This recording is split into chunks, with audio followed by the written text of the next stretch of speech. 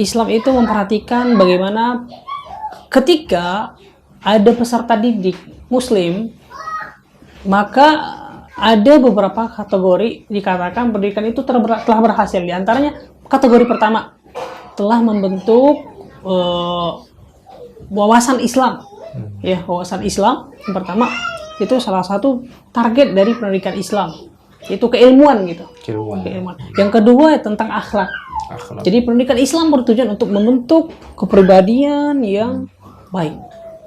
Yang kedua akhlak. Yang ketiga yaitu membentuk jasmani yang kuat. Ya, dalam hal ini tentunya Islam sangat menganjurkan untuk berolahraga.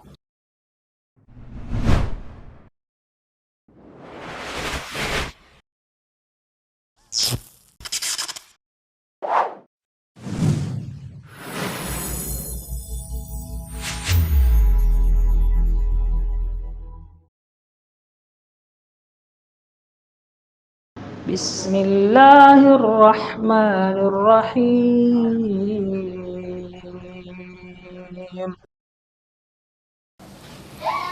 Assalamualaikum Sohib Yoa. Kita jumpa lagi dalam ngobrolin Islam bareng Ustadz Masri Abu Abdurrahman. Mohon jangan lupa untuk dibantu subscribe, like, dan di-share ke Sohib-Sohib Yoa yang lainnya ya. Sebelumnya Ana ucapkan terima kasih. Ustadz, Bang Yoa, Ana ingin mengucapkan selamat kepada pejuang-pejuang olahraga kita karena sudah membawa pulang Thomas Cup. Itu salah satu event bulu tangkis internasional dunia yang udah lama kita tuh merindukan piala tuh datang lagi ke Indonesia. Alhamdulillah kemarin pejuang-pejuang kita itu juara dan bisa membawa piala Thomas itu ke Indonesia lagi gitu kan, setelah 19 tahun lamanya kita nggak megang juara itu. 19 tahun ya? 19 tahun, terakhir itu tahun 2002. Baru ini lagi nih kita bisa bawa pulang itu Thomas Cup. Nah, yang Ana pengen tanya Ustadz, hukum olahraga tuh di dalam Islam itu bagaimana Ustadz? Ya, bismillahirrahmanirrahim. Alhamdulillah, wassalatu wassalamu ala rasulillah wa ala alihi wa sahbihi ajma'in, amma ba'd. Muslimin yang semoga dirahmati Allah Subhanahu wa taala. Berkenaan dengan olahraga. Olahraga adalah hal yang sangat dianjurkan dalam Islam. Sangat dianjurkan. Ya, sangat dianjurkan dalam Islam. Islam bukanlah agama yang tidak memperhatikan pendidikan roh jasmani, enggak. Ya, karena pada dasarnya Islam itu adalah pendidikan yang memperhatikan berbagai aspek dari kehidupan.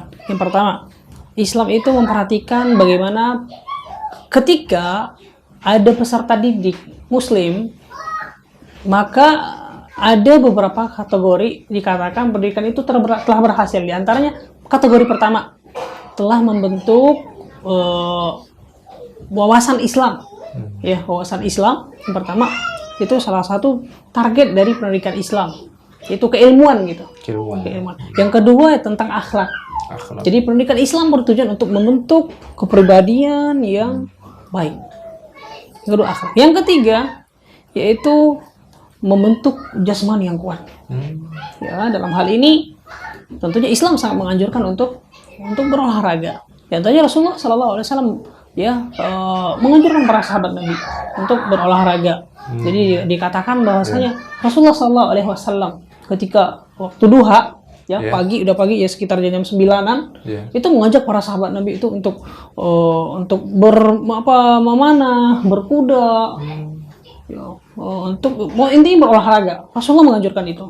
Bahkan Nabi SAW mengatakan allima auladakumus sibahata warimayatus wal furusah. Nah, jadi Nabi SAW mengatakan ajarilah anak-anak kalian al-rimayah memanah, wasibah berenang, kemudian wal furusah dan berkuda. Jadi ada anjuran dari Nabi SAW. Dan sejatinya Islam bukanlah agama yang tidak menganjurkan umatnya untuk tidak berolahraga, bahkan menganjurkan. Berarti yang dianjurkan dan disunahkan itu sebenarnya kita berolahraga itu justru sangat dianjurkan. Tapi lebih dianjurkan lagi yang tadi itu ya, seperti memanah, berkuda dan berenang ya Ustaz ya? Iya, benar-benar. Nah, tapi sekarang sangat disayangkan begini Ustaz.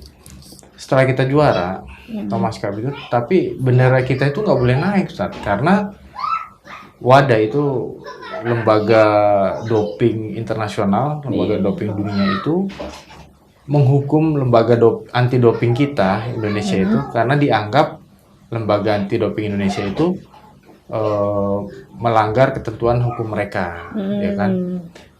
Karena mungkin dianggapnya ada satu atau ada beberapa ketentuan yang tidak pas lah menurut si anti doping dunia ini.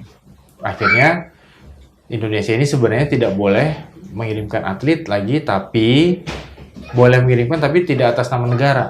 Jadi karena atas nama apa namanya, persatuan olahraganya masing-masing. Misalkan kalau bulu tangkis itu Persatuan Bulu Tangkis seluruh Indonesia PBSI misalkan, atau kalau yang sepak bolanya atas nama PSSI, jadi bukan atas nama Indonesia. Nah, yang Anda mau tanyakan itu kalau misalnya doping itu kan untuk meningkatkan stamina, Ustaz.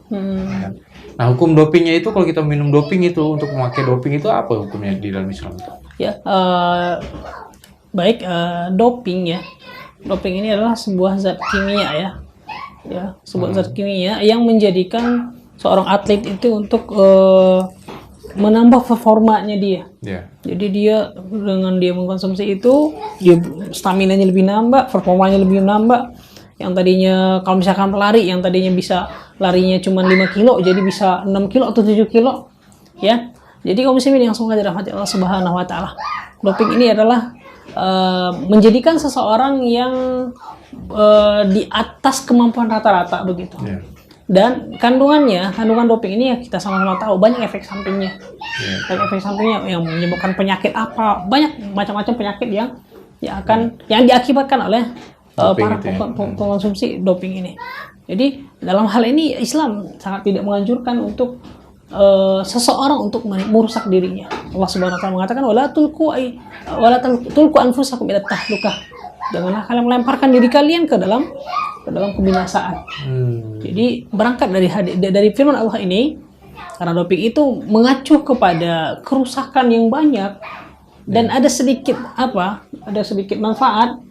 Makanya Islam melarang tidak menganjurkan untuk memakai doping tersebut karena adanya efek samping yang begitu besar ketika doping ini dikonsumsi. Nah, kalau misalkan doping itu tidak dianjurkan oleh Islam karena banyak efek samping di belakangnya untuk yang merusak tubuh saja. Nah, kira-kira obat-obatan apa yang sangat dianjurkan Islam supaya kita bisa meningkatkan stamina selain doping itu, Ustaz? Ya baik. Jadi ini lebih ke pola makan ya, pola makan. Ya, pola makan seorang muslim bagaimana sih bagusnya? Pola makan seorang muslim itu ya banyak ya. Dalam hadis Nabi sallallahu alaihi wasallam dikatakan ma mala ibnu adam syarru min batnihi. Fima ma'na min hadis ya, tidak ada lagi yang lebih buruk daripada seseorang mengisi yang mengisi seperti dia mengisi perutnya. Intinya apa?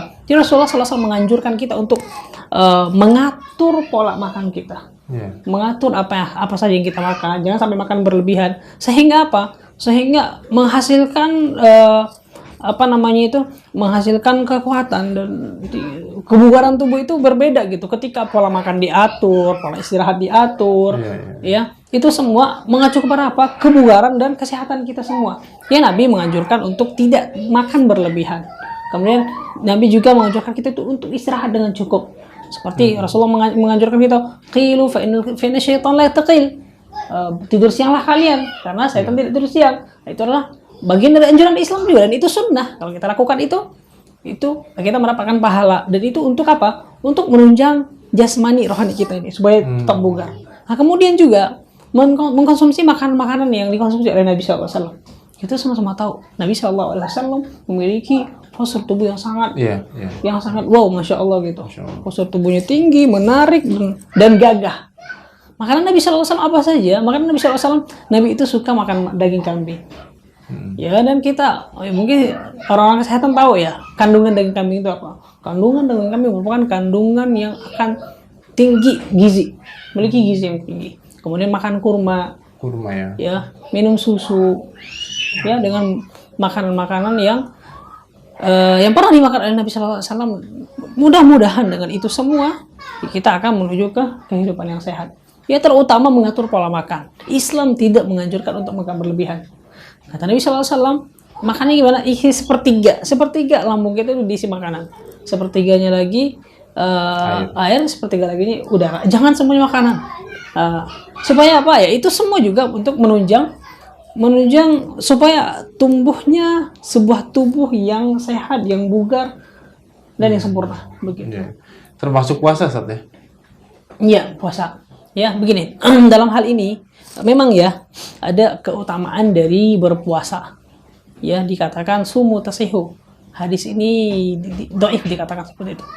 Jadi memang puasa itu sebelum kita mengetahui adanya manfaat dari puasa, yang perlu kita sadari bahwasanya kita bukan berpuasa supaya sehat, enggak.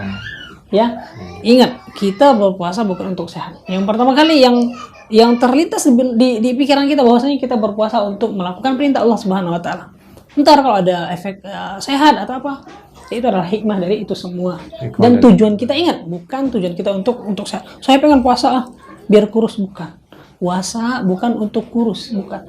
Akan tapi apa?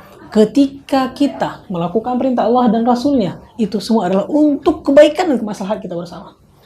Gitu. Saya ulangi, ketika kita melakukan perintah Allah dan Rasulnya, itu akan mengakibatkan apa? Maslahat, kebaikan untuk jiwa kita, diri kita, dan kaum muslimin secara umum.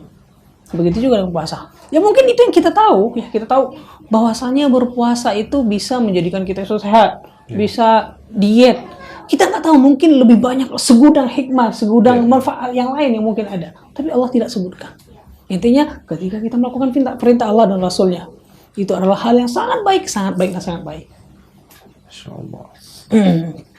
Demikian Sohib Yoa untuk pembahasan kita mengenai doping dan Thomas Cup dan olahraga kali ini. Ustaz, mungkin ada Baik, yang semoga dirahmati Allah Subhanahu wa taala.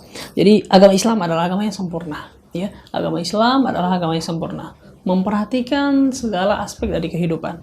Jangan kita berpikiran Islam itu kita cuma sholat, baca Quran, sholat, enggak. Islam itu sangat memperhatikan jasmani. Islam itu mengajarkan kita untuk olahraga, berenang, ya. Ya, kita sama-sama tahu berenang itu adalah sebuah olahraga yang sangat bagus untuk kesehatan tubuh. Intinya, ya, Taha ma anzalna 'alaikal Qur'ana litashqa. Allah mengatakan, Taha, sesungguhnya tidaklah kami menurunkan Al-Quran untuk mempersulit kamu. Enggak. Akan tetapi apa? Al-Quran, agama Islam adalah menjadi solusi hidup bagi kita semua. Kita tutup. Sallallahu ala nabiyina Muhammad wa ala alihi washabbihi ajma'in. Wallahu ta'ala a'lamu bis-shawab. Subhanakallah wa bihamdika asyhadu an la ilaha illa anta astaghfiruka wa atubu ilaik. Wassalamualaikum warahmatullahi wabarakatuh.